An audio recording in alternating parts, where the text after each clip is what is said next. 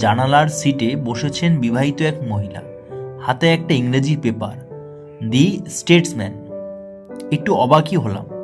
পোশাক আশাক সাজগোজের সাথে ইংলিশ পেপারটা ঠিক যাচ্ছিল না।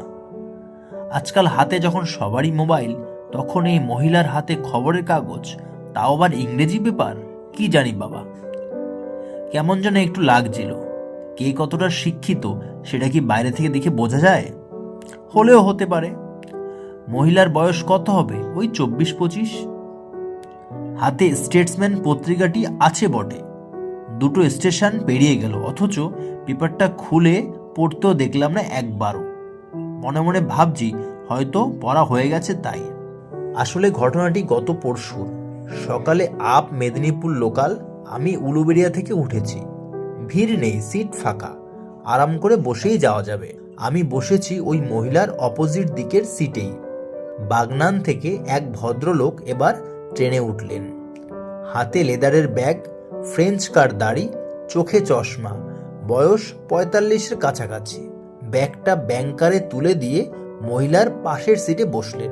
কিছুক্ষণ পর ভদ্রলোক মহিলার হাতের খবরের কাগজের দিকে মনোনিবেশ করে মহিলাকে বললেন, এক্সকিউজ মি, পেপারটা পাওয়া যেতে পারে? মহিলা ঠিকমতো বুঝতে পারেননি কথাটা, তাই জিজ্ঞেস করলেন, কিছু বললেন নাকি? না মানে, পেপারটা চাইছিলাম আর কি। খবরের কাগজ নিবেন? কার জন্য নিবেন? হ্যাঁ হ্যাঁ, নিন না। বলেই খবরের কাগজের ভেতর থেকে দুটো পৃষ্ঠা ফরফর করে বের করে দিয়ে ভদ্রলোকের হাতে দিয়ে বললেন, এই দুটোতে হবে নাকি আরও নিবেন? ভদ্রলোক শুনে বললেন, ফ্রন্ট পেজটা আগে দিন। মহিলা কি বুঝলেন কি জানি, বললেন, পুরোটাই নিয়ে নিন। আপনার দরকার যখন সবগুলোই নিন না, আমাদের ব্যাগে আরও আছে। সামান্য দামেরই তো জিনিস। বাইরে বেরোলে খবরের কাগজ একটু বেশি করে নিয়েই বেরোই, আমার ছেলের জন্য। ট্রেনে এত দূর রাস্তা, পায়খানা পেলে কোথায় করাবো?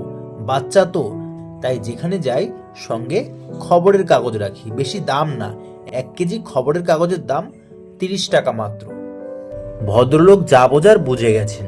আরে না না, লাগবে না, আমি ভাবলাম আজকের পেপার পড়বো বলে চাইছিলাম, ইটস ওকে। আমার পাশের সিটে বাচ্চা কোলে নিয়ে বসেছিলেন মহিলার স্বামী। উনি এপাশ থেকে বললেন, পম্পা, এক কাজ কর, তুই কাগজটা বদ্দাকে দিয়ে দে। বদ্দা যখন পড়বে বলছে পড়ুক। সেন্টু পায়খানা করলে ব্যাগে তো আরও কাগজ আছে। নিউজ পেপারের উপকারিতা জেনে আমার খুবই ভালো লাগলো। হাতে নিউজ পেপার আছে মানেই সবাই পড়ার জন্য রাখে না, এটা কিন্তু বুঝতে হবে।